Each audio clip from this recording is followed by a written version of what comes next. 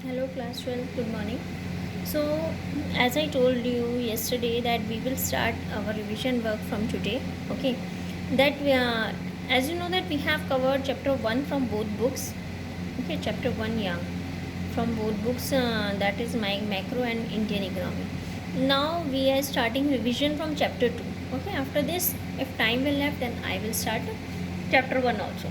So I am starting from chapter 2 in macroeconomics का ये, that is introductory macroeconomics, and these are the notes which I have written, you have written in your notebook also. ये आपने अपनी notebooks में भी लिख रखे हैं. Introductory macro economics. Okay, this is chapter number 2. तो इस चैप्टर मैंने आपको बताया था कि भाई गुड्स 2 टाइप्स के होते हैं. फाइनल गुड्स होता है, इंटरमीडिएट गुड्स होता है. क्लासिफिकेशन करा था हमने उसमें ना. तो 2 टाइप्स के बताए थे, कंजप्शन गुड्स और कैपिटल गुड्स. फाइनल गुड्स कौन से होते हैं? ये गुड्स होते हैं जिनको जो क्रॉस कर लेते हैं बाउंड्री लाइन, जो बिल्कुल रेडी होते हैं यूज़ करने के लिए, उसको हम फाइनल गुड बोलते हैं. ठीक है. फाइनल गुड्स जो है 2 टाइप्स में डिवाइड किया. एक होता है फाइनल कंज्यूमर गुड्स होते हैं, एक फाइनल प्रोड्यूसर गुड. कंज्यूमर मतलब अगर हमने कंज्यूम करने के लिए खरीदा है that is called final consumer. अगर प्रोड्यूसर खरीद रहा है उसको तो that is final producer good. ठीक है ना. तो 2 टाइप्स के होते हैं. अब नेक्स्ट आ जाइए, final goods, final consumer goods और फाइनल प्रोड्यूसर गुड्स. दोनों these are goods which are purchase by the consumer, these are consumer purchase and this will be purchased by the producer. This is purchased for the satisfaction of their want and this is generally used as fixed asset in their production. एक तरह से fix asset की तरह use करते हैं. ठीक है. जैसे एग्जांपल अगर मैं ब्रेड बटर की बात कर रही हूँ, यूज़ कर रहे हैं consumer, that is called final good consumer goods. लेकिन ट्रैक्टर और हार्वेस्टर है जो फार्मर्स यूज़ कर रहे हैं, दैट इज़ कॉल्ड टोटल वो फाइनल प्रोड्यूसर गुड्स, क्योंकि वो आगे प्रोडक्शन के लिए उन्होंने क्या करा है, गुड्स को खरीदा है. ठीक है. तो ये हो गया एक तरह का. दूसरा नेक्स्ट टाइप का होता है consumption expenditure. Expenditure on final goods, wait, हाँ, एक्सपेंडिचर या जो भी हम एक्सपेंडिचर करते हैं कंज्यूमर गुड्स को, जो भी हाउस होल्ड कंज्यूमर गुड्स पे एक्सपेंडिचर कर रहे हैं that is called consumption expenditure, क्योंकि हम कंज्यूम करने के लिए जो खर्चा कर रहे हैं that is called consumption expenditure. Okay. Investment expenditure कौन कर रहे हैं? इन्वेस्टमेंट कौन करते हैं? प्रोड्यूसर. तो expenditure on final producer goods by the producers is called investment expenditure. Okay. Expenditure on final goods का formula if you have to find then consumption expenditure plus investment expenditure. ठीक है. Next आता है इसमें हमारा intermediate goods. Intermediate goods कौन से होते हैं? These are those goods which have not crossed the boundary line of production.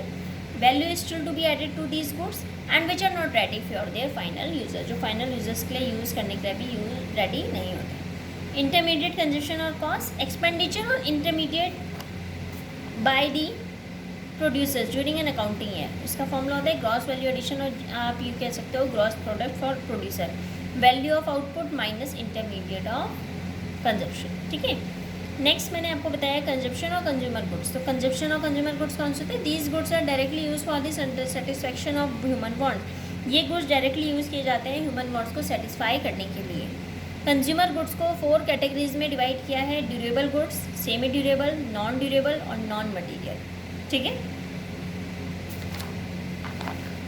तो ड्यूरेबल में क्या आएंगे आपके? ड्यूरेबल कौन से होते हैं? जो सेवरल ईयर्स तक हम काम कर रहे हैं, जो यूज़ कर सकते हैं, जिसको जो है टीवी वगैरह ऐसा तो नहीं है कि एक बार यूज़ किया फेंक दिया फिर दूसरा लें, जिनको हम काफ़ी समय तक यूज़ कर सकते हैं, that is called durable.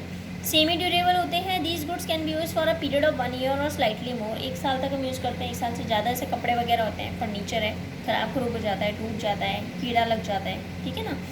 Non durable और सिंगल यूज, जैसे जो कि हम एक ही बार यूज़ करते हैं और ख़त्म हो जाता है. दूध ला रहे हैं, आज हम दूध लाए, कल ख़त्म हो जाएगा. पेट्रोल डलाया, गाड़ी चल रही है, ख़त्म हो गया, that is called non durable. ठीक है.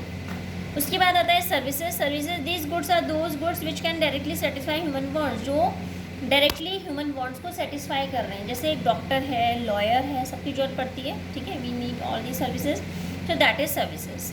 Okay. After this, capital goods. These goods are fixed assets of the producers. Example, plant and machinery. These goods are used by the producers either for replacement of capital stock, addition to capital stock. Capital goods में involve होता है depreciation. Depreciation का मतलब क्या होता है? Depreciation refers to loss of value of fixed assets. जब हम किसी चीज़ को यूज़ कर रहे होते हैं तो वियर और टेयर में जो भी उसकी वैल्यू कम हो जाती है, दैट इज़ कॉल्ड डेप्रिशिएशन. आपको पता है कि जैसे सपोज मैं आज एक फ़ोन लाती हूँ, मैंने 20,000 का फ़ोन लाई, लेकिन अगर मुझे कल को ही वो फ़ोन बेचने लगूंगी तो दैट इज़ सेकेंड हैंड, वो सेकेंड हैंड बन जाएगा, तो उसकी वैल्यू भी अपने आप कम हो जाएगी, डेप्रिशिएट लग जाता है, ठीक है ना। चाहे एकदम जो आप 20,000 का लाए हो, आप कल को बेचोगे तो वो 20,000 का नहीं जाएगा, ठीक है, तो उसकी वैल्यू कम हो जाती है, that is called depreciation. Okay,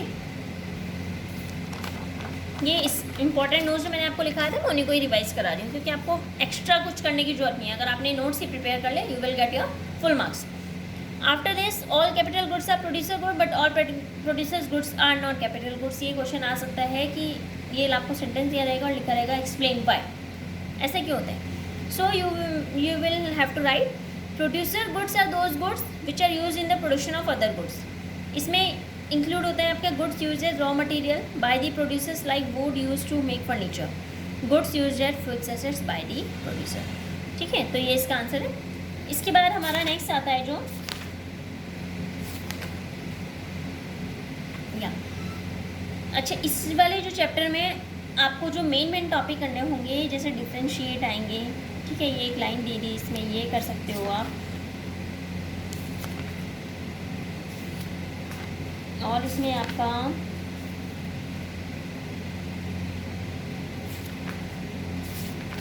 sectors of the economy, circular flow of income क्या होता है 2 सेक्टर इकोनॉमी में, 3 सेक्टर 4 सेक्टर इकोनॉमी में, these all are the questions which can be asked. Okay,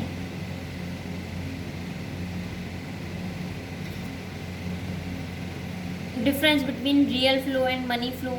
तो ये जो कुछ बेसिक चीज़ें हैं जो मैंने आपको नोट्स में भी करा रखी है, you have to prepare for it, ठीक है। आपको सर्कुलर फ्लो ऑफ इनकम मैंने करा रखा है, you have to prepare for it. अच्छे से अच्छे जितना हो सके आपको अच्छे से अच्छे प्रिपेयर करना है, ठीक है। इस टॉपिक के बाद नेक्स्ट टॉपिक है हमारा concept and components of consumption expenditure. Macroeconomics में कंजप्शन एक्सपेंडिचर का मतलब होता है एग्रीगेट कंजप्शन एक्सपेंडिचर जो इकोनॉमी में हुआ। एग्रीगेट मतलब sum of, total of. Who are the consumers, consumer कौन होते हैं इकोनॉमी में? 3 होते हैं, household, government and NP, non profit private और इंस्टीट्यूशन। हाउस होल्ड क्या करता है? Buy consumer goods for satisfaction of their wants. हम कंज्यूमर हैं, हमने सामान खरीदा, किस लिए खरीदा? कि अपनी वांट्स को सेटिस्फाई कर सकें, ठीक है। गवर्नमेंट क्या करती है? कंज्यूमर गुड्स को खरीदती है, किस लिए? For distribution among defence forces, for mid day meals in government school etcetera. किस सामान खरीद रही है, किस लिए? कि उसको या तो डिस्ट्रीब्यूशन करनी होती है डिफेंस फोर्सेज में, या आपको पता है कि स्कूल में मिड डे मील्स वगैरह की जो फैसिलिटी प्रोवाइड होती है वो कौन कर रहा था? गवर्नमेंट, ठीक है। जो नॉन प्रॉफिट प्राइवेट और इंस्टीट्यूशंस होते हैं ये कंज्यूमर गुड्स को खरीदते हैं चैरिटी में देने के लिए, ठीक है। तो कंज्यूमर्स ही सारे कंज्यूमर्स ही हैं, सिर्फ ये नहीं है कि कंज्यूमर्स हम लोग कंज्यूमर्स हैं, नो। गवर्नमेंट भी आपकी कंज्यूमर है क्योंकि वो भी खरीद रही है कंज्यूम करने के लिए, कंज्यूम करने के लिए, देने के लिए, ठीक है ना। तो दीज ऑल आर कंज्यूमर्स। तो if we add up expenditure on the purchase of consumer goods by the household, government and non profit private institution, तो हमें एस्टिमेट टोटल कंजप्शन एक्सपेंडिचर मिल जाता है इकोनॉमी में, क्योंकि ये सारे कंज्यूमर्स हैं। कंज्यूमर सब बताए मैंने कि ये सब कंज्यूमर्स हैं। इन सब की वैल्यू को आप टोटल अप करोगे, एड अप करोगे, तो you will get the value of total consumption expenditure in the economy. Okay, so what is the formula of aggregate consumption expenditure? That is consumption expenditure bye house hold, government plus non profit private institution. Okay, non profit private institution जो बात कर रही हूँ इसमें कौन कौन आता है? आपके एनजीओ नाम सुना है आप लोगों ने, टेम्पल होता है, मॉस्क्यूज हो गया, गुरुद्वाराज हो गया, एंड अदर सब चीज़ें इसमें आती हैं जिसमें चैरिटी के लिए यूज़ किया जाता है। ओके, तो ये हमारा aggregate consumption expenditure we can find out.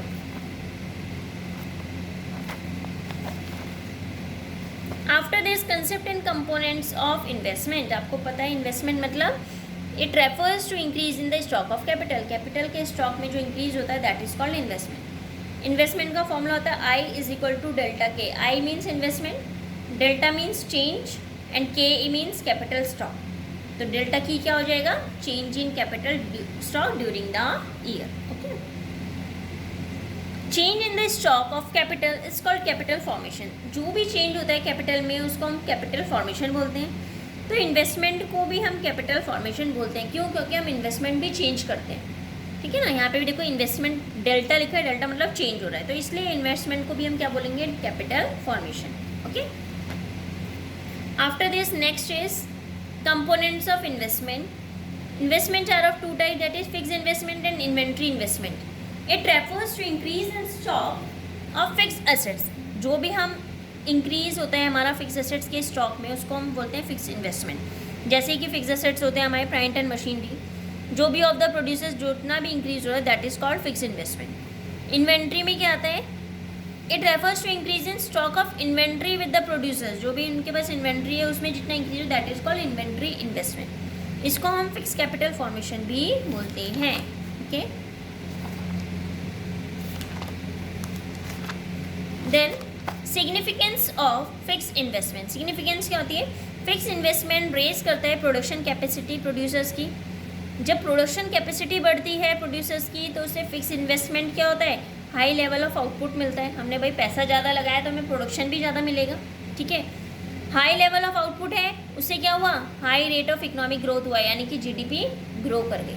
Okay, formula क्या है? Fix investment is equal to stock of fix assets in end of accounting year में से अगर हम stock of fix assets in beginning of accounting year निकालते हैं तो हमारा फिक्स इन्वेस्टमेंट आ जाएगा कि हमने कितना इन्वेस्ट किया।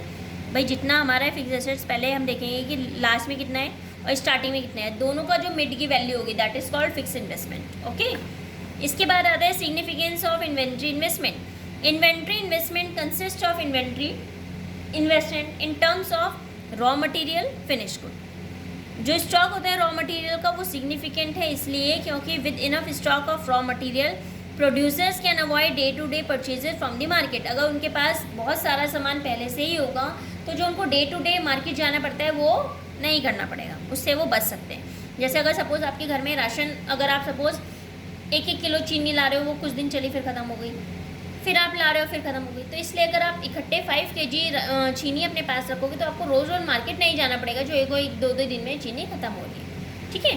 तो ऐसे ही प्रोड्यूसर्स के साथ में होता है, अगर वो अपने पास रॉ मटेरियल इनफ रखते हैं तो उनको रोज़ के रोज़ जो डेली मार्केट की क्या होती है, मार्केट की जो भी उन्हें खरीदना होता है, मार्केट की परचेज जो होती है day to day, they can avoid it. Next होता है it ensures uninterrupted supplies of input to the producers. इससे जो अब क्या हुआ, जब वो बार बार जा रहे हैं, उनके पास सामान खत्म हुआ, फिर वो जा रहे हैं, फिर बनाएंगे, फिर देंगे, सप्लाई करेंगे, तो इससे जो अनइंटरप्टेड सप्लाई हो रही है इनपुट्स की कंज्यूमर की, वो भी क्या हो जाएगी?